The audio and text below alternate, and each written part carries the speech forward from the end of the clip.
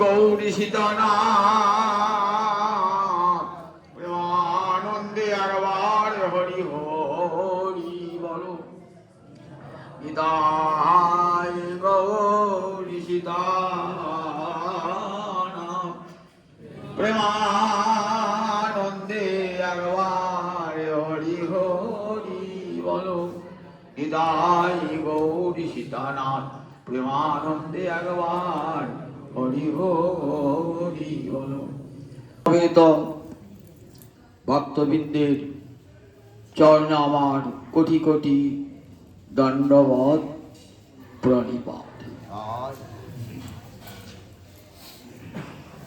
কয়েকটি সপ্তাহ ধরে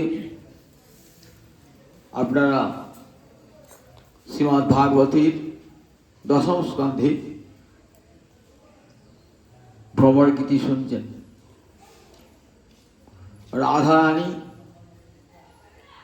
মোহন ভাববতী, মাদনাক্ষ ভাবের একটা বৈচিত্র্য। এই মোহন ভাব চরম বিরহ দশায় রাধারানী এই মোহন ভাববতী। তখন রাধারানী উন্মত্তা, কৃষ্ণ প্রেমে উন্মাদিনী, কৃষ্ণ বিরহে উন্মাদিনী, পাগলিনী প্রায়। তখন তার মুখ নিঃসৃত যে 10টি শ্লোক, এই 10টি শ্লোককে উজ্জ্বল নিমিনী বলেছেন চিত্র জল্প, অর্থাৎ জল্প মানে কথা, চিত্র মানে বিচিত্র, আশ্চর্য কথা। রাধারানী উন্মাদিনী, রাধারানীর মুখপদ্ম হতে এই 10টি শ্লোক বিনির্গত হয়েছে। 10টি শ্লোককে সমস্ত পণ্ডিতরা বলেছেন চারি বেদের সার। রাধারানী ভ্রমরকে উদ্দেশ্য করে তার অন্তরের যে বেদনা কৃষ্ণ বিরহে সেটি প্রকাশ করছে। আগের শ্লোকে ভ্রমরকে বলেছেন, ভ্রমর কিমিহ বহু গায়সী সরঙ্ঘে, ওরে শটপথ ভ্রমর, এখানে তার কি গুণগান করছিস? কিমিহ বহু গায়সী, কি গুণগান করছিস? অগৃহানাম অগ্রত, আমরা তো অগৃহ অর্থাৎ গৃহহীন। অগ্রত মানে আমাদের সামনে একজন রাজার গুণগান করছিস। রাজা তো থাকে রাজপ্রাসাদে, অট্টালিকায়, কত ভোগে সুখে থাকে। তার ভোগের সুখের গান কি ভিখারিনী বনবাসিনীদের কাছে মানায়? তাই কিমিহ বহু গায়সী সরঙ্ঘে, দেখ তুই তো পশুও নস, অর্ধ পশু। পশুর 4টে পা থাকে, তোর 6টা পা, তুই 1.5টা পশু। সুতরাং তুই বুদ্ধিহীন, কোন সভায় কোন গীত গাইতে হয় তা জানিস না। তাই দেখ, ওই কৃষ্ণ গুণগান আমাদের কাছে করবি না। ভ্রমর বলছে বৃন্দাবনই তো উপযুক্ত জায়গা যেখানে কৃষ্ণ গুণগান করা হয়, তা কেন কৃষ্ণ গুণগান করবো না? বললেন দেখ, তুই মথুরায় গিয়ে কৃষ্ণ গুণগান কর গান। কারণ মথুরার যা পুরো রমণী জানে না, তারা কৃষ্ণ সঙ্গ লাভ করে তারা ধন্যাতি ধন্য হয়েছে, এবং কৃষ্ণের সঙ্গ লাভ করে তাদের হৃদয়ে যে আনন্দ লাভ হয়েছে, তোর মুখে কৃষ্ণ গুণগান শুনে তারা আনন্দ পাবে এবং তোকে উপহার দেবে। প্রিয়জনের গুণবর্ণনা শুনলে পারে যে কোনো প্রিয়জন উপহার দেয়, তোকে মথুরাপুর রমণীগণ উপহার দেবে। কল্পয়ন্তী ইষ্টম ইষ্টা। তাই বিজয় সখী সখী না গীয়তাম তৎপ্রসঙ্গ, অর্থাৎ বিজয় সখা মানে অর্জুন সখা, এবার ঐশ্বর্য সম্পদ তারকার সম্পর্ক হলো তাদের যে সখী, অর্থাৎ কৃষ্ণের মথুরায় কৃষ্ণ পূর্ণতর, বৃন্দাবনে কৃষ্ণ পূর্ণতম, দ্বারকায় কৃষ্ণ পূর্ণ। কৃষ্ণের তিনটে ভাগ। দ্বারকায় কৃষ্ণ পূর্ণ, মথুরায় কৃষ্ণ পূর্ণতর, আর বৃন্দাবনে কৃষ্ণ পূর্ণতম। দ্বারকায় ঐশ্বর্য প্রধান, তাই সেখানে কৃষ্ণ পূর্ণ। মথুরায় ঐশ্বর্য আছে, আবার মাধুর্য আছে, কিন্তু ঐশ্বর্য সেখানে মাধুর্যকে অবদমিত করে রেখেছে, তাই পূর্ণতম। আর বৃন্দাবনে মাধুর্য চতুর্ধা মাধুরী ব্রজে এব বিরাজতে। কৃষ্ণের যে চারটে মাধুর্য সেটা একমাত্র ব্রজেই পূর্ণ রূপে দেখা দেয়। চারটে মাধুর্য কি কি বহুবার বলেছি আমাদের। রূপ মাধুর্য একটা মাধুর্য, বেণু মাধুর্য একটা মাধুর্য, লীলা মাধুর্য একটা মাধুর্য, প্রেম মাধুর্য একটা মাধুর্য। চারটে মাধুর্য, রূপ মাধুর্য, বেণু মাধুর্য, লীলা মাধুর্য, প্রেম মাধুর্য। চতুর্ধা মাধুরী স্তস্য ব্রজে এব বিরাজতে। উজ্জ্বল নীলমণিতে রূপ গোস্বামী পাদ বলছেন এই চারটে মাধুর্য পূর্ণ রূপে বিরাজ করে একমাত্র বৃন্দাবনে। কৃষ্ণের কটা ঐশ্বর্য? ছটা ঐশ্বর্য আর চারটে মাধুর্য। ছটা ঐশ্বর্য কি কি? ঐশ্বর্যস্য সমগ্রস্য বীর্যস্য যশস্য শ্রিয় জ্ঞান বৈরাগ্যশ্চৈব স্বর্ণাঙ্গে ভগ ইতি স্মৃত। ভগবানে ঐশ্বর্য, ভগ অস্তি অর্থাৎ ঐশ্বর্য আছে, এই অর্থে মতু প্রত্যয় করলে হয় ভগবান। ছটা ঐশ্বর্য সমগ্র রূপে কি কি? ছটা ঐশ্বর্যের মধ্যে একটার নাম হল ঐশ্বর্য, একটার নাম বীর্য, একটার নাম যশ, একটার নাম শ্রী, একটার নাম জ্ঞান, একটার নাম বৈরাগ্য। কি বললাম? ছটা। এক নম্বর ঐশ্বর্য, দু নম্বর বীর্য, তিন নম্বর যশ, চার নম্বর শ্রী, পাঁচ নম্বর জ্ঞান, ছয় নম্বর বৈরাগ্য। এবং সমগ্র রূপে অন্যান্য ভগবান আছে কিন্তু সমগ্র রূপে নাই, সেজন্য ঐশ্বর্যস্য সমগ্রস্য অর্থাৎ 100 ভাগ গোবিন্দে বিদ্যমান। অন্যান্য ভগবানে কেমন বিদ্যমান? কারো হয়তো 30 ভাগ, কারো 40 ভাগ, কারো 50 ভাগ, 100 ভাগ একমাত্র গোবিন্দে। 100 ভাগ মাধুর্য, 100 ভাগ ঐশ্বর্য গোবিন্দে পূর্ণরূপে বিরাজমান। চতুর্ধা মাধুরী এবং 4 প্রকার চারটে মাধুরী আর 6টা ঐশ্বর্য গোবিন্দে। নারায়ণ আর গোবিন্দ একই, দুটি এক তত্ত্ব, দুটি ভগবান, কিন্তু এই চতুর্ধা মাধুরী নারায়ণে নাই। নারায়ণ বাঁশি বাজিয়েছেন, নারায়ণ তার রূপের মাধুর্যে গোপীগণ মনোহরণ করতে পেরেছেন? পারেন নাই। সে কথা শুনবো আপনাদের। নারায়ণ পারেন নাই গোপীগণের মন হরণ করতে। তার প্রেম মাধুর্য দেখেছেন কোথাও? অমন করে শ্রীরাম সুদামের সঙ্গে সখাতা লীলা মাধুর্য, প্রেম মাধুর্য নাই। তাহলে চতুর্থা মাধুরী একমাত্র কৃষ্ণরূপীতেই আছে। তাই কৃষ্ণকে কি বলা হয়? কৃষ্ণস্তু ভগবান স্বয়ং।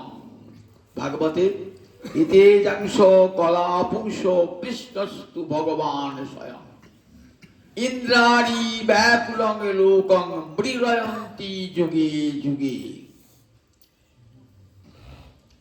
কত কত অবতারের কথা সুত গোস্বামী পাদ নৈমিষারণ্যে 60,000 ঋষির সভায় বললেন। ভগবানের কত অবতার বলে বলছেন, 22-23টা অবতারের কথা বলে শেষে বলছেন ঝসংখ্যেয়া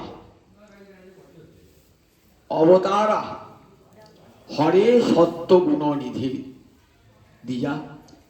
হে ব্রাহ্মণগণ, সত্যনিধি শ্রীহরির অবতারের সংখ্যা গোনা যায় না।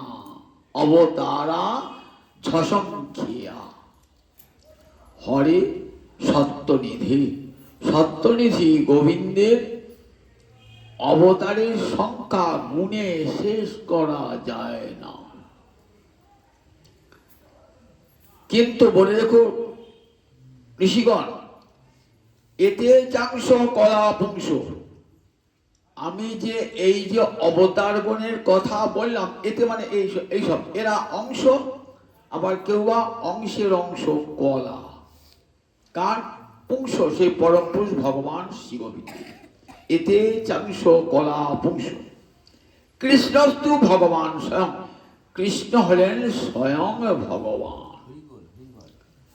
স্বয়ং ভগবান, এটিকে বলেছে ভাগবতের পরিভাষা। চৈতন্য চৈতামৃতে পড়ে দেখবেন, এটাকে পরিভাষা। প্রত্যেক শাস্ত্রের, উচ্চতম শাস্ত্রের কতগুলো পরিভাষা থাকে। আপনি যখন ব্যাকরণ শিখতে যাবেন না, ব্যাকরণের কতগুলো পরিভাষা আছে শিখতে হবে। গুণ, বৃদ্ধি, সম্প্রসারণ, এসব পরিভাষা। যখন দর্শন শাস্ত্র পড়বেন, তার কতগুলো পরিভাষা আছে, সেগুলো জানতে হয়। দর্শন শাস্ত্রে প্রবেশ করা যায় না। আমি যখন বিজ্ঞান পড়ছেন, বিজ্ঞানের কত পরিভাষা আছে। তিনি যখন শাস্ত্র পড়বেন না, তার কোনো বিশেষ পরিভাষা রয়েছে। বলেন এটা একটা পরিভাষা। কৃষ্ণস্তু ভগবান স্বয়ং, এই পরিভাষা কাকে বলে? সিদ্ধান্ত কৌমুদীতে মহামতি পাণিনি, বিখ্যাত বৈয়াকরণ, শুধু ভারতবর্ষের নয়, বিশ্বের বড় বড় পণ্ডিতরা স্বীকার করেছেন যে পাণিনির মতন এমন বৈয়াকরণ জগতে আর দ্বিতীয় নাই। সেই পাণিনির ব্যাকরণের নাম অষ্টাধ্যায়ী ব্যাকরণ। পাণিনি তার ব্যাকরণে বলেছেন, অনিয়মে নিয়মকারিণী সা পরিভাষা ইত্যুচ্যতে। শাস্ত্রের কথা বিশৃঙ্খল অবস্থায় থাকে, অনেক সময় তা অর্থ করা যায় না, সামঞ্জস্য করে তবে অর্থটা বার করতে হয়, সামঞ্জস্য করে। এটার নামে হলো পরিভাষা। শৃঙ্খলা নিয়ে আসে, যেগুলো শাস্ত্রে যে ছড়ানো যে কথাগুলো রয়েছে, সেগুলো একত্রিত করে একটা সিদ্ধান্তে আসা, তার নাম হলো পরিভাষা। তা ভাগবতের পরিভাষা হলো শ্রীকৃষ্ণস্তু ভগবান স্বয়ং, শ্রীকৃষ্ণ হলেন স্বয়ং ভগবান। ছটা ঐশ্বর্য, চারটে মাধুর্য তাতে পরিপূর্ণরূপে বিদ্যমান। তিনি অখিল রসামৃত মূরতি, 12টি রস তার মধ্যে সম্পূর্ণরূপে বিদ্যমান। যখন কংসকে বধ করতে গিয়েছেন ভগবান, তখন দেখছেন এক একজন এক এক রূপে ভগবানকে দর্শন করছেন। ভগবান যেন 12টি রসের মূর্তি ধারণ করেছেন। তাই অখিল রসামৃত মূরতি, মল্লানাম অশনি। ওই 11 বছর ছেলেটাকে কে কেমন করে দেখি দেখুন। যারা যোদ্ধা তারা দেখছেন অশনে, বাপরে বাপ, বজ্র যেন একেবারে, ছেলে তো নয়, বজ্র। মল্লানাম অশনি। নৃণাঙ্গে নরবরণ, মানুষ দেখছেন, বাপরে বাপ, মানুষ তো নয়, নরবর, নরশ্রেষ্ঠ। অসতাং ক্ষিতিভুজাং শাস্তা, অসৎ রাজা দেখছেন আমাদের দণ্ডধারী যম এসেছে। ওই 11 ছেলেটাকে দেখছে। পিতৃ শিশু, পিতা মাতা কি দেখছে? আমাদের স্নেহের গোপাল, আমাদের কৃষ্ণ। স্বজন আর গোপেরা দেখছেন আমাদের স্বজন, গোপানাং স্বজন। গোপেরা দেখছেন আমাদের স্বজন। স্ত্রীনাং মূর্তি দেখছি কি দেখছেন? স্ত্রীনাম মূর্তিমান স্মরণ। নারীরা কি দেখছেন? যেন মূর্তিমান মদন এসে দাঁড়িয়েছে, সাক্ষাৎ মদন, প্রেমের দেবতা মদন। এক একজনের কাছে আবার যারা শান্ত রসের, তারা কি দেখছেন? তারা ভগবানকে দেখছেন কেমন রূপে? তারা দেখছেন যারা শান্ত রসে ঐশ্বর্যযুক্ত ভগবানকে দর্শন করছে। যোগী যারা পরমাত্মা রূপে দর্শন করছেন, এইরকমই দ্বাদশ রসের মূরতি রূপী ভগবানকে দর্শন করছেন, অখিল রসামৃত মূরতি। তাই দেখুন, 12টা রস গোবিন্দে মূর্তিমান, 6টা ঐশ্বর্য, 4টে মাধুর্য ভগবান শ্রীহরিতে বিদ্যমান, এবং তিনি হলেন শ্রীকৃষ্ণ স্বয়ং ভগবান। আর তারই হ্লাদিনী শক্তি হলেন রাধারানী, যা তিনি কৃষ্ণ হতে পৃথক নন। শক্তি আর শক্তিমান অভিন্ন তত্ত্ব। শক্তির কোনো মূর্তি থাকে না, শক্তি অমূর্ত, মানে তার কোনো বিগ্রহ নয়।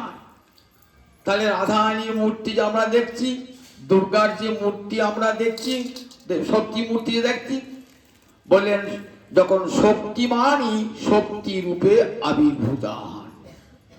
শক্তিমানই, শক্তির কোন, আমার কথা বলার শক্তি, তার মূর্তি দেখতে পাচ্ছেন, আমার গান করার শক্তি, মূর্তি দেখতে পাচ্ছেন, তাদের মূর্তি নয়, অমূর্ত হয়েই থাকে, শক্তিমানের মধ্যেই থাকে। তার শক্তি এবং মূর্তি দেখেন, তখন শক্তিমানই আমার শক্তির মূরতি ধারণ করে আসে। তাই আমরা কি বলি, রাধা কৃষ্ণ এক আত্মা, দুই দেহ ধরি, আত্মা একটা, দেহ দুটো। আমাদের একটা আত্মায় একটা দেহ, আপনার একটা আত্মায় একটা দেহ, ওনার একটা আত্মায় একটা দেহ। কিন্তু রাধা গোবিন্দ দুটো পৃথক আত্মা নয়, আত্মা একটা, দেহ দুটো। এইটুকু পরিষ্কার তত্ত্বটুকু জানো, রাধা কৃষ্ণ এক আত্মা, দুই দেহ ধরি। মাধুর্য, প্রেম মাধুর্য দেখাবার জন্য কৃষ্ণ রাধারানী পৃথক মূর্তি হয়েছেন। কি জন্যে? নয়তো রসবিলাস হবে না, মাধুর্যের পরিপুষ্টি হবে না। তাই লীলারস আস্বাদিতে এক বস্তু দুই হয়েছে। লীলারস আস্বাদন করবার জন্য ভগবানের ইচ্ছা হয়েছে আমি খেলা করব, খেলার তো সাথী চাই। লীলা মানে ভগবানের খেলাকে বলে লীলা। তা খেলা করতে গেলে সঙ্গী চাই তো, একা একা হয় নাকি? তাই ভগবানের অঙ্গ হতেই রাধারানী কোটি কোটি গোপী, কোটি কোটি গোপ, শ্রীরাম সুদাম আদি সব সব, তার সব গোবিন্দ অঙ্গতি, কেউ তারা গোবিন্দতে ভিন্ন নয়। তার রাধারানী আর কেউ নন, স্বয়ং গোবিন্দই রাধা মূর্তিতে আবির্ভূত হয়েছে। রাধা পূর্ণ শক্তি, কৃষ্ণ পূর্ণ শক্তিমান, দুই বস্তু ভেদ নাহি শাস্ত্র প্রমাণ। চন্দ্র আর জ্যোৎস্না যেমন কখন পৃথক হয় কি? চাঁদ আছে, জ্যোৎস্না নাই, এমন হয় নাকি? চাঁদ যেখানে, জ্যোৎস্না সেখানে। তাহলে গোবিন্দ যেখানে, রাধারানীও সেখানেই রয়েছেন। অথচ বিরহ দেখেছেন, রসের পুষ্টির জন্য মনে হচ্ছে বিরহ। রাধারানীর কাছে কৃষ্ণ নাই, চন্দ্র জ্যোৎস্না যেন চন্দ্র ছাড়া হয়ে কাঁদছে। নইলে তো এই পরকীয়া রসের পুষ্টি হবে না, মাধুর্য হবে না, বৃন্দাবন রসের ভাবনাও থাকবে না ভক্তগণে। তাই রাধারানী আজ যেন মনে হচ্ছে জ্যোৎস্না চন্দ্র হতে পৃথক হয়েছেন, তাই বিরহীন হয়ে কাঁদছেন। আগে শ্লোকে বলেছেন, দেখো ভ্রমণ, তুই জানিস না কোন জায়গায় কি গান গাইতে হয়। বলছেন আমার প্রভুর দুর্নাম করছেন, আমার প্রভুর গুণগান, আমি যার নুন খাই তার গুণ গাই। আমার প্রভুর গুণগান সর্বত্র আছে, আমার প্রভুর গুণগান সব শাস্ত্রে, আমার প্রভুর গুণগান গেছেন, গুণগান গাইব না? তখন বলছেন, শোন রে ভ্রমণ, দিবি ভুবি চ রসায়ন কাস্ত্রিয় তদ্দুরাপা। আগে শ্লোকে বলছেন মথুরাপুর রমণীগণ, মথুরাপুর রমণীগণ তারা সব পতিব্রতা রমণী, আর আমার গোবিন্দ তাদের কারুর সঙ্গেই তাদের তাদের প্রেমবিলাসে মত্ত নন। তিনি আপনারা কি গোপীগণকেই ভালোবাসেন। আপনারা আপনি ভাবছেন যে মথুরাপুর রমণীগণের সঙ্গে কৃষ্ণ বিলাসী মত্ত হয়েছে? আর মথুরাপুর রমণীরা তারা সব পতিব্রতা রমণী, তারা নিজ পতিকে পরিত্যাগ করে কখনো অন্য পতির ভজনা করবেন না। কাজে আপনি ভুল ধারণা পরিত্যাগ করুন। তখন রাধারানী বলছেন, দেবী ভুবি চ রসায়ন কাস্ত্রীয় তদ্দুরাপা। ওরে ভ্রমর, দেবী ভুবি চ রসায়ন, স্বর্গে, মর্তে, পাতালে এমন কোন রমণী আছে যে রমণী তার কাছে দুর্লভ? জগতে তার কাছে কেউ দুর্লভ নয়। দেবী মানে স্বর্গে, ভুবি মানে ভূলোকে, রসায়ন মানে রসাতলে। দেবী ভুবি চ রসায়ন কা স্ত্রী, কোন কোন স্ত্রী? তদ্দুরাপা, তার কাছে দুর্লভ। জগতের সমস্ত রমণী তার কাছে দুর্লভ। রাসের দিনেতে গোপীরা বলছেন গোবিন্দকে, গোবিন্দ তোমার যে ত্রৈলোক্য শুভগম ইদং রূপং নিরীক্ষ, তিলক সুন্দর যে রূপ, এই রূপ দর্শন করে কা স্ত্রী আর্য চরিতা ন চলে তিলক্যাং। জগতে এমন কোন রমণী আছে নিজের শুদ্ধ চরিত্রতে, আর্য চরিত্রতে বিচ্যুত না হন?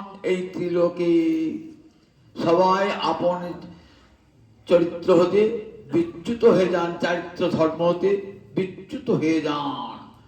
আর্য চরিতার, আর্য চরিত্র হতে, বিশুদ্ধ চরিত্র হতে গোবিন্দকে দেখে একবার যেই হারে সে আঁকি ফিরাতে নারে। একবার যদি গোবিন্দ রূপে নয়ন পড়ে কোনো রমণীর, তাহলে সে সমস্ত মন প্রাণ গোবিন্দ চরণে অর্পণ করে। তাই আর্য চরিতা কা স্ত্রী, জগতে এমন কোন রমণী আছে কা স্ত্রী? আর্য চরিতা, তার বিশুদ্ধ চরিত্র হতে ন চলে, বিচলিত হয় না এই ত্রিলোকে। শুধু নারী কেন রে, তার রূপ যদি একবার দেখে না তাহলে কি হয়? তার বলছেন গো দ্রুম দ্বিজ মৃগা পুলকানি অবিভ্রাম। গাভী, গো, দ্রুম গাছপালা বৃক্ষ, দ্বিজ পক্ষী, মৃগা হরিণীগণ পর্যন্ত অঙ্গে পুলক ধারণ করে। অঙ্গে পুলক কখন হয়? যখন হৃদয়ে ভালোবাসা জন্মায় তখনই অঙ্গে পুলক দেখা দেয়, বিকার দেখা দেয়। গো দ্রুম দ্বিজ মৃগা পুলকানি অবিভ্রাম। কৃষ্ণ যখন বাঁশিটি বাজান না, তখন তার বেণু মাধুর্য, একটা মাধুর্য, তার তো বেণু মাধুর্য, সেই বেণু মাধুর্যে গাভীগণ কেমন মুগ্ধ হয়ে যায়। গাভীগণ চড়ছিল তো, চড়তে চড়তে কানটা খাড়া করে কোথায় কি বাঁশি বাজাচ্ছে, বাঁশি বাজাচ্ছে। আর কৃষ্ণের প্রতি ভালোবাসায় তাদের দুগ্ধ ক্ষরণ হয়, দুগ্ধ মাঠ থেকে দুগ্ধ ক্ষরণ হয়।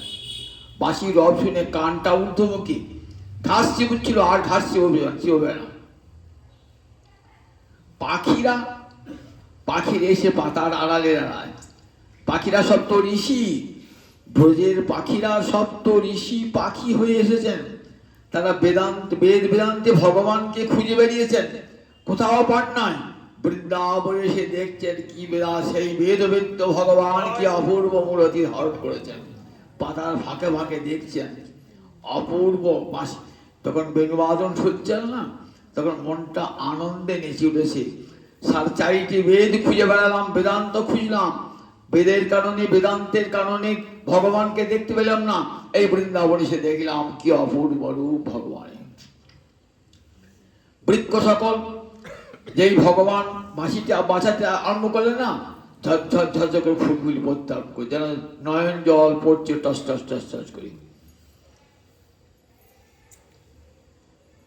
মৃগ হরিণীরা ছুটে চলে এসেছেন, শব্দ শুনতে ভালোবাসে তো হরিণীরা, ছুটে এসেছেন। বলছে আহা, আমরা যদি মানব জন্ম পেতাম গোবিন্দ, তুমি যখন সুন্দর করে বাঁশিটি বাজাও না, আমরা ফুলের বালা গেছে তোমার গলায় বয়ে দিয়ে আসতাম। আমাদের তো মানব জন্ম দাও নাই। তা প্রভু, আমাদের দেবার তো কিছু নাই প্রভু। তবে দেখো, আমাদের নয়নটা সবাই ভালোবাসে, হরিণের নয়নটাকে সবাই ভালোবাসে, হরিণ নয়ন বলে না, নয়নটাকে ভালোবাসি। আমাদের এই নয়নটাই দেখো, জগতে সবার ভালোবাসার পাত্র এই নয়নটা, তো এই নয়নটাই তোমার চরণে উপহার। তাহলে দেখুন, বৃন্দাবনে গো দ্রুম দ্বিজ মৃগা তারা পর্যন্ত প্রেমে পুলকিত হয়ে যায় গোবিন্দ রূপেতে। মানুষ তো কোন ছাড় দিবি ভুবি চ রসায়ং কাস্ত্রিয় তদ্দুরাপা। স্বর্গের দেবীরা দেবতাদের সঙ্গে চলেছেন কোথায়? সুমেরু পর্বতে। একটা বড় উৎসব হচ্ছে। যে কোনো উৎসব হলে কি হয়? মেয়েরা সেজে পুজে সেখানে যায়, সেজে পুজে সব যাচ্ছে দেবীরা। এমনিতে তো তাদের সুন্দর সুন্দর রূপ, রম্ভা মেনকা এমনি সুন্দর রূপের গরব ধরে না, তারপর সেজে পুজে যাচ্ছে। দেখ আমাদের কেমন রূপ, দেখ রূপ দেখাবার জন্য যাচ্ছে। আমাদের রূপ থেকেই সবাই আকৃষ্ট হয়, আমরা আমার রূপ থেকে আকৃষ্ট হবো, এই ভাবটা এত অহংকার। আমাদের রূপেই সমস্ত পুরুষ আকৃষ্ট, আমরা বা কোন পুরুষ রূপে আকৃষ্ট হব, এই ভাবখানা গর্বে ভরে আছে। শুনছে বৃন্দাবনে বাঁশি বাজাচ্ছে, বংশী বটে আমার গোবিন্দ ত্রিভঙ্গ ভঙ্গি হয়ে হাতে মোহন মুরলী। বাঁশিটি যখন বাজাচ্ছেন না, বংশীর ধ্বনি ধীরে ধীরে উঠছে, কোথায় একবারে ব্রহ্মলোক পর্যন্ত উঠছে, স্বর্গ পার হয়ে ব্রহ্মলোক, এমন মধুর স্বরে বাঁশি বাজছে। সেই বংশীর ধ্বনি শুনে কান খাড়া করি, কোথায় বাঁশি বাজছে তাকিয়ে দেখছেন যে যারা ধরাকে সরা জ্ঞান করে, মর্তকে তুচ্ছ করে, সেই ধরায় যে বৃন্দাবন আছে, আর সেই বৃন্দাবনের যে গোবিন্দ আছেন অসমর্থ রূপমাধুরী নিয়ে, এটা তারা জানে না। আর যখন দেখছেন বংশী বটে বাঁশিটি বাজাচ্ছে না, তখন কেমন তাদের তাদের নিবিড় বন্ধন শিথিল হয়ে যাচ্ছে, খোপার কবরী বন্ধন শিথিল হয়ে যাচ্ছে। তারা যেন ছুটে তারা মনে হচ্ছে ছুটে এক গোবিন্দ চরণে আত্মনিবেদন করি। গোবিন্দকে দর্শন করে এত রূপ মানুষের হয়, আমাদের রূপ তো তুচ্ছ গোবিন্দ রূপের কাছে। যখন গোবিন্দ রূপ দর্শন করছেন, নিজেদিকে ধিক্কার দিচ্ছেন, এত রূপ তোমার, এত রূপ তোমার, আমাদের রূপ সেখানে তুচ্ছ। তাই দেবী ভূমি দেব স্বর্গের দেবীরা পর্যন্ত যখন দেখছেন গোবিন্দকে না, তখন তারা কি করতেন? উপর হতে পুষ্প নিক্ষেপ করছেন গোবিন্দ মস্তকে। তারা ছুটে দেখবেন কৃষ্ণ কর্ণামৃতে বর্ণনা আছেন, বিল্লমঙ্গল বর্ণনা করছেন, স্বর্গে দেবীরা পুষ্প কাননে পুষ্প তুলতে না, কৃষ্ণের বংশীধ্বনি শুনেছেন তো, হাত থেকে পড়ে যাচ্ছে, সমস্ত পুষ্প পড়ে যাচ্ছে গোবিন্দ মাথার উপরে, স্খলিত হয়ে যাচ্ছে। দেবী ভূমি চ রসায়ন, ভূমি তো বটেই, এই মর্তলোকে তো বটেই, আবার রসায়ন, রসাতলে যারা রয়েছেন, কারণ হচ্ছে নাগবন্দীরা, রসাতলে নাগেরা থাকে, নাগবন্দীরা দেখবেন গোবিন্দ রূপ দর্শন করে মোহিত। কখন আমরা দেখতে পাই কালিয়নাগের মাথায় চড়ে গোবিন্দ কি সুন্দর নাচছেন, একবারে 1000 ফনা, তার মধ্যে 100টি ফনা সক্রিয়, আবার মাথায় মণি আছে, প্রত্যেকটি মাথায় মণি আছে। কিনা তখন 7-8 বছরের বালক, এইটা নাচছেন তো, আর কচি কচি দুটি চরণের আঘাতে মণিগুলো সব গুঁড়ো গুঁড়ো হয়ে যাচ্ছে। ভেবেছিলেন কালিয়নাগ, ভেবেছিলেন একটা ছোট ছেলে, ভাবছিলেন বাবরি অনন্ত করি ব্রহ্মাণ্ড যেন আমার মাথার উপরে চেপেছে। মাথা নত হয় না, অহংকারী তো, কিন্তু অহংকারীর অহংকার চূর্ণ করবেন গোবিন্দ। তাই পদভারে নৃত্য করছেন আর সব চূর্ণ হয়ে যাচ্ছে। অনেকক্ষণ কারিও চেষ্টা করলো নিজের শক্তি দেখাতে, শেষকালে আর কারিও পারলেন না। বলেন আমার মাথায় যিনি চলেছেন তিনি কে? বিশ্ব ব্রহ্মাণ্ডের অধিপতি। তখন কালিয়নাগ এসেছেন, কালিয়নাগের পত্নী এসেছেন, পত্নীরা একটা পত্নী তো অনেকগুলো পত্নী এসেছেন। প্রধানা পত্নী তার নাম সুবলা। সুবলায় সেই ভগবানকে স্তব করে বলছেন, হে গোবিন্দ, তোমার যে চরণ লক্ষ্মী দেবী এত উপাসনা করো, বৃন্দাবনে থেকেও যে চরণ পায় নাই, আর আমার স্বামীর মুখ ভরা বিষ, সে হিংসা ছাড়া দুনিয়ায় কিছুই জানে না। আর কৃপা করে তারই মাথায় চরণ দিয়েছ প্রভু, তোমার কত কৃপা। কস্যানুভাব ন দেব বিদ্মহি যদবাঞ্ছা শিরলনা চরত্তপ বিহায় কামান সুচিরং তীর্থপ্রতা। প্রভু তোমার এমন অনন্ত কৃপা যে কারিও না, যার বিষ ছাড়া কিছুই নাই, হিংসা ছাড়া কিছুই নাই, জীবনে সে হিংসা কিছুই যায় না, তার মাথায় চরণটা দিলে। আর যে লক্ষ্মী দেবী এত উপাসনা করেছে, বৈকুণ্ঠের সব ঐশ্বর্য পরিত্যাগ করে চলে এলো বিল্লবনে। দাও হে রাসবিহারী গোবিন্দ, তোমার চরণ দুখানা পেল না, তপস্যা করে আছে আর পেল প্রভু। আর কালীনাথকে তুমি সেই চরণ দিলে মাথায়, জানি না কোন করুণা তোমার হলো। তোমার কষ্টানুভাব, তোমার কেমন করুণা, তেমন কৃপা তোমার। তাই এখানে দেখি কালীনাগের পত্নীরাও স্তব করেছেন। কালীনাগের পত্নী, এরা রসাতলে থাকে, এরাও এসে ভগবানকে স্তব করেছেন। তাই দিবি ভুবি চ রসায়াম কাস্ত্র তদ্দুরাপা।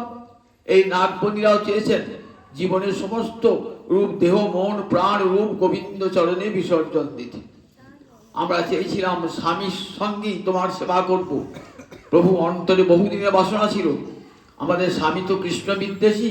আমরা চেয়েছিলাম আমরা স্বামীর সঙ্গে একসঙ্গে তোমার উপাসনা করব। তুমি আমাদের সেই বাসনা পূর্ণ করেছ। আমার স্বামীকে তোমার চরণে মতি দাও, ভক্তি দাও, প্রার্থনা করেছেন। তাই দিবি ভুবি চ রসায়াং কাস্ত্রতদ্রপা কপট রুচির ভ্রু বৃজিম্বস্য যাসু। দেখো ওই কপট, তার যে সুন্দর হাসিটা না, লহু লহু হাসে প্রভু, লহু লহু হাসে প্রভু প্রীতির সার। লহু লহু হাসিতে ঝরিয়া পড়ে কত মধুধার। লহু লহু হাসে প্রভু প্রীতির সার, হাসিতে ঝরিয়া পড়ে কত মধুধার। গোবিন্দের হাসিটি এমন না, এত মধুর হাসিটি না, যে হাসিতে ভুবনে ভুলে যায়। হাসিতে যখন লঘু লঘু হাসেন, মনে হয় সমস্ত প্রীতি মূর্তি ধারণ করেন ওই হাসিতে, মধুর ধারা ঝরে ঝরে পড়ে। ঈশত হাসির তরঙ্গ হিল্ললে মদন মরুছা পায়। ঈশত হাসির তরঙ্গ হিল্ললে মদন মূর্ছা পায়। মদন যে তার এত রূপের অহংকার, সেই মদন মূর্ছাগ্রস্ত হয়। লাজ লজ্জিত কোটি অনঙ্গ, কোটি কোটি অনঙ্গ লজ্জায় আমাদের রূপের গ্রহণ করি। গোবিন্দ রূপ দর্শন করলে পারে নিজেরাও নিজের রূপকে তুচ্ছ জ্ঞান করে। যে মদন মোহন, রাসের দিনে যখন মদন মোহন মূর্তি দান করেছে না, মদন তোমার বড় অহংকার। কি অহংকার? আমার মতন রূপ জগতে আর কোন পুরুষের নাই।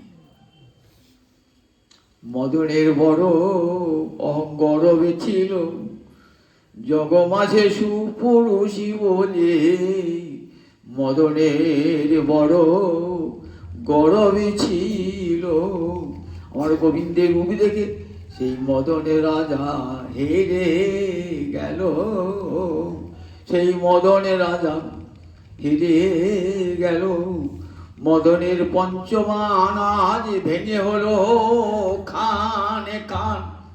মদনের রাজার পঞ্চমান ভেঙে হলো খানে খান। আমার গোবিন্দের রূপ দর্শনে করে মদন রাজার পঞ্চমান ভেঙে হলো খানে খান। মদনের অহংকার ছুটে গেল। মদনের অহংকার রাসের দিনেতে গোপী বললেন, মদন কি আমার সঙ্গে যুদ্ধ করতে এসেছো? মদন সমন যুদ্ধ করতে এসেছো? তোমার সঙ্গে কি যুদ্ধ করব? আমি তো ইচ্ছা করলে কোটি কোটি মদন সৃষ্টি করতে পারি এক মুহূর্তে। তুমি তো সামান্য একটা তুচ্ছ দেবতা, আমার কাছে রূপের অহংকার দেখাতে এসেছো? আমি তো যে কোনো মুহূর্তে তোমার মতন কোটি কোটি মদন সৃষ্টি করতে পারি। তবে তোমার সঙ্গে যুদ্ধ করলে আমার ভালো দেখাবে না। তুমি যত খুশি বাণ নিক্ষেপ করো। মদন ভাবছেন আমি ত্রিভুবন জয়ী, আমি ব্রহ্মাকে পরাজিত করেছি, রুদ্রদেবকে পরাজিত করতে না পারলো তার ধ্যানটা ভাঙিয়ে দিয়েছি, আর তোমাকে জয় করতে পারলে বাস। জগতে সবাই বলে মদনের সমান আর কেউ নয়। ব্রহ্মাকে হারিয়েছে, শিবের ধ্যান ভাঙিয়েছে, এবার গোবিন্দকে হারাবে। মদন তো তককে তককে আছে। মদন কি করেন? যত্র যত্র সুন্দরী নাং বিক্রম তত্র সুন্দরী নাং ক্রম তত্র তত্র মদনস্য বিক্রম। যেখানে যেখানে সুন্দরী রমণী সেখানেই মদনের ঘোরাফেরা। মদন ভাবছেন দা যেখানে গোবিন্দ ওই গোপীগণের সঙ্গে থাকবে না সেইখানে আমি দেখব। একবার ব্রাহ্মণ পত্নীগণ এলেন, আপনারা সে কাহিনী জানেন তো। অন্নভিক্ষার দিনে সুন্দরী সুন্দরী সব ব্রাহ্মণ পত্নীরা কত আহার্য নিয়ে গোবিন্দের কাছে এলেন। অশোক কারণে গোচারণ করতে এসেছেন, অশোক কারণে গোচারণ করতে এসেছেন, ক্ষুধা পেয়েছে। যা বলরাম আমাদের শ্রীরাম সুদাম করে যা অন্ন নিয়ে একা এখানে যজ্ঞ হচ্ছে, দিলেন না। বলেন তার যজ্ঞ পত্নীগণের কাছে যা। পত্নীগণ সে অন্ন চতুর্বিধ অন্ন নিয়ে এসেছে, ভাবলেন এই সুযোগ। কিন্তু গোবিন্দ বললেন যাও ব্রাহ্মণ পত্নীগণ তোরা ফিরে যাও, যজ্ঞে পূর্ণ আহুতি দেওয়ার সময় স্বামীর সঙ্গে থেকে যজ্ঞে পূর্ণ আহুতি দিতে হয়, এটা নিয়ম। দেখো তোমরা সহধর্মিনী, স্বামীর সঙ্গে ধর্ম আচরণ করার কর্তব্য ফিরিয়ে দিলেন। মদন ভাবলে এই সুযোগটা হারলাম। আর একবার কখন এলো? কাত্যায়নী ব্রতের দিন সব গোপীর এসেছেন তো, ভাবলেন এই একটা সুযোগ। দেখলেন সেদিনও হলো না। তৃতীয় রাসের দিন এসেছেন, এই সুযোগ, এই আজ হারাবাজ। কোটি কোটি সুন্দরী গোপরমণী, নির্জন রাত্রি, যমুনার তীর, অন্য কোনো দ্বিতীয় কোনো পুরুষও নাই, একমাত্র গোবিন্দ আছেন। নিশ্চয়ই গোবিন্দ এদের রূপে পরাজিত হবে। আমি হারাবো আজকে গোবিন্দকে। বেশ মদন, তোমার যত খুশি বাণ তুমি নিক্ষেপ করো। মদনে তো 5টা বাণ বেশি মদনের নাই, পঞ্চস্বর।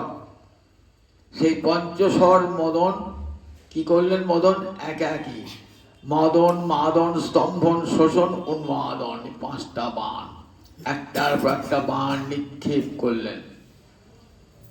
বাণ নিক্ষেপ করে কি হলো?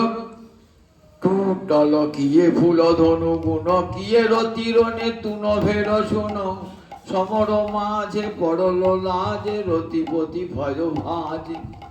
টুটল কিয়ে ফুল ধনু গুণ কিয়ে রতিরনে তুন ভের শুন, সমর মাঝে পড়ল লাজে রতিপতি ভয় ভাজে। টুটল মানে ভেঙে গেল, ফুলধনু গুণ, ফুলধনুর গুণ ভেঙে গেল। দড়ি দিয়ে দেখুন ঢঙ্কাকে টান মারা থাকে তো, সেটা ভেঙে গেল। কিয়ে রতিরনে তুনো ভেঙে শুনো, তুনো মানে যেখানে বান ফোড়া থাকে, তুন শূন্য হয়ে গেছে, একটা বানও নাই, ধনুটাও ভেঙে গিয়েছে। এইবার সমর মাঝে পড়ল লাজ, লজ্জায় পড়ে গেছে। যুদ্ধ করতে এসেছ, লজ্জায় পড়ে গেছে, অস্ত্রই গেল তো আর যুদ্ধ করবি কেউ। রতিপতি ভয় ভাজ, রতিপতি অর্থাৎ মদনের স্ত্রীর নাম রতি, রতিপতি ভয়। এইবার ধরা পড়ে যাবো। হেরে গেলে, রাজারা যুদ্ধে হেরে গেলে কি হয়? একবার পরাজিত করে কারাগারে পুড়ে যায়। কারাগারে, যখন ফ্রান্সের রাজার সঙ্গে জার্মানির রাজার যুদ্ধ হচ্ছে, ফ্রান্স রাজা হেরে গিয়েছিল, কি করবে? জার্মানি রাজাকে একবার জেলে পুড়ে দেবে। এইবার রতিপতি ভয় ভাজ গোপীরা তো ধরেছেন, এইবার তোমাকে জেলে পুরবো, চলো। হাজি করছে, ছেড়ে দাও ছেড়ে দাও ছেড়ে দাও, আমার একটা অপরাধ না, না ছাড়বো কি, কোনো মতেই তোমাকে ছাড়বো না। দেখো, অপরাধ করেছো, শাস্তি পেতেই হবে, কারাগারে তোমাকে বন্দি করে রাখবো। ছেড়ে দাও ছেড়ে দাও, বারবার মনে করছে। গোবিন্দ দেখে মুচকি মুচকি হাসছে, বলছে ছেড়ে দাও ছেড়ে দাও, বলছে না তোমার কথাও ছাড়বো না। বারবার বলছে না ছেড়ে দাও। মদন সামান্য একটা দেবতাকে ধরে কি করবে? তা বলছে ছাড়বো একটা শর্তে। কি শর্ত? যেখানে গোপী গোবিন্দের কথা হবে সেখানে তুমি থাকবে না, বলো ত্রিসত্য করো। যেখানে রাধা মাধবের কথা হবে, যেখানে গোপী গোবিন্দের কথা হবে, সেখানে আমি থাকবো না থাকবো না থাকবো না। মদন সেই শক্তির আছে, যেখানে গোপী গোবিন্দের কথা সেখানে এই প্রাকৃত জগতের মদন আর নাই, সেখানে মদন থাকবে না। চরি গোপীর মন রাখে মনে মথে, হেরি মন মথে নামে ধরে মদন মোহন। কবি রাজ গোস্বামী লিখছেন, চরি গোপীর মন রথে মনে মথে, হেরি মন মথে। মদের একটা নাম কি বলবো কিন্তু, মন মথন। কারণ মানুষের মনকে মানে না, নর নারী সকলের মনকে মথিত করে দেয়, এতের প্রভাব মনে মনে থাকে, এর নাম মনসিজ। রবীন্দ্রনাথের লেখের মদন ভস্যের পরে কবিতা আছে, পঞ্চস্বরে দগ্ধ করে করেছে কি সন্ন্যাসী, বিশ্বময় দিয়েছ তারে ছড়াই। যতদিন মদন দেহ ছিল তখন তার ক্ষমতাটা ব্যাপক ছিল না। যে মরে গেল মদন, কি হলো? মদনকে যখন দগ্ধ করে দিলেন মহাদেব, তখন কি হলো? মহাদেব তখন নয়নাগ্নিতে দগ্ধ করে দিলেন, তখন সে ছড়িয়ে পড়ল, বিশ্বময় দিয়েছ তারে সাজ। বললেন ভারী হলো, আমি সবার মনের মধ্যে প্রবেশ করব। একবার সৃষ্টিকর্তা ব্রহ্মা থেকে কৃমিকীটের মধ্যে রয়েছেন এই মদন, তাই তার একটা নাম মনসিজ, মনসী জায়তি ইতি। মনে মনে জন্মায়। এই কাম দেবতার ভয়ঙ্কর প্রভাব জগতে সাধু ঋষি মুনি সকলের উপরে এই ভয়ঙ্কর প্রভাব। যখনই দেবরাজ ইন্দ্র ভাবতেন যে কোনো দেবতা তাকে অতিক্রম করার চেষ্টা করত, তখনই মদনকে পাঠিয়ে দিতেন। মর্তের কোনো ঋষি মুনি যদি ইন্দ্রপদ মনে পাতে ইন্দ্রপদ নিয়ে নেবে বোধ হয়, তখনই মদনকে পাঠিয়ে দিতেন। সেই মদনের দর্প চূর্ণ হলো, মদনের দর্প নাম চরি গোপীর মনোরথে মনে মথে, হের মনোমথে নামে ধরে মদন মোহন। গোবিন্দ রূপ দর্শন করে মদন পরিত মোহিত হয়ে গেলেন। তাই দেখো, শুধু নারী কেন, দেবী ভুবিচ রসায়াম কাশ্চত দ্রপা, শুধু তাই না, পুরুষ পর্যন্ত তার রূপ দর্শন করে মোহিত হয়ে যায়। এমন রূপ, কপট রুচির হাস। বলেন দেখো, সে কেমন হাসি, খানি কেমন হাসিতে জগৎ ভুবন ভরিয়ে দেয়, মুগ্ধ করে দেয়, কপট হাসি। গোপীরা বলছেন কৃষ্ণকে কপট। বিড়াল তপস্বী শ্রী গোস্বামী গোপাল চৌধুরী বলছেন, জানো বিড়াল তপস্বী দেখেছ? বিড়াল তপস্বীর মতন রূপ ধারণ করেছে। ইন্দ্র ভাবছে আর বিড়াল তপস্বী তো আমার খাবে না, যে গিয়েছে না তপস্বী ধরে কপ করে খেয়ে দিয়েছে। বলেন দেখো, ওই যে গোবিন্দের হাসি দেখেছো, ওই হাসিতে ভুলো না, ভুললেই কিন্তু একবারে নন্দের নন্দন চাঁদ পাতিয়াছে রূপের ভান, ব্যাদ ছলে কদম বেরোতলে দিয়া হাস্য সুধাচার, অঙ্গ ছটার আটা তার, আঁখি পাখি তাহাতে পড়িল, সই কেন গেলাম যমুনার জলে, সই কেন গেলাম যমুনার জলে, নন্দের নন্দন চাঁদ পাতিয়াছে রূপের ফাঁক, ব্যাদ ছলে কদম বেরোতলে দিয়া হাস্য সুধাচার, অঙ্গ ছটার আঠা তার। আঁখি পাখি তাহাতে পড়িল, একবারে যেই হ্যাঁ সে আঁখি ফিরাতে নারে। একবার গোবিন্দকে যে দর্শন করবে না, তাই কপট রুচির হাস ভ্রূপ জিম্ভস্য, আর তার ভ্রূপ নাচন। নৌকা বিলাসের দিনে ব্রজগোপীরা যখন গিয়েছেন না, নাবিক সেজেছে, আর রাধারানী দূর থেকে দেখছি, তুই আমার দিকে চেয়ে চেয়ে নয়নে না চাইছে, ওই আমার দিকে চেয়ে চেয়ে নয়নে না চাইছে। ওই যে নয়ন নাচানো ভ্রূ বিজৃম্ভন, ওটি কি হয়? রমণী মোহন ভাঁত, রমণী চিত্ত আকৃষ্ট করবার জন্যে। তাই কি বলছিস, জগতে কোন রমণী? আমরা তো আলাভুলা বলেনি ভয়ঙ্কা, আমরা কে? আমরা সামান্য, আমরা রাখালের মতন গোপালন করি, রাখাল বালিকার মতন গোপালন করি, আমরা তো বলিনি। দেখ, স্বর্গ মর্ত পাতালে এমন কোন রমণী আছে যে রমণী তার রূপ থেকে ভোলে না? কাজে আমরাও ভুলেছি। এটা আমাদের দোষটা কি? রূপ দেখলে, রূপবান পুরুষকে দেখলে যে কোনো রমণী তার জন্য আত্মসমর্পণ করে, এটা তো আমাদের কোনো দোষ নাই। ভোর যেন বলছে, কেন তারা তো দোষ দেখছেন, কেন আপনারা তার প্রেমে পড়লেন? বলে, দেখ ভ্রমর, তুই তো পশু, তোর কি জ্ঞান আছে? দেখ, এমন রূপবান পুরুষকে দেখলে জগতে সবাই ভুলি, ভূতিজস্য পদরজ উপাস্তে। আমরা তো কোন ছাড়, স্বয়ং পতিব্রতা শিরোমণি যারে কহে বেদবাণী, আকর্ষয়ে সেই লক্ষ্মীগণ। যে পতিব্রতা শিরোমণি, নারী শ্রেষ্ঠা, সেই ভূতি অর্থাৎ লক্ষ্মী, তার চরণ ধুলার উপাসনা করছি। ভূতিজস্য পদরজ উপাস্তে। আমরা তখন ছাড়, পতিব্রতা শিরোমণি লক্ষ্মী, তার চরণ উপাসনা করছি। স্থান তো পেলাম না, তাই কি করবো?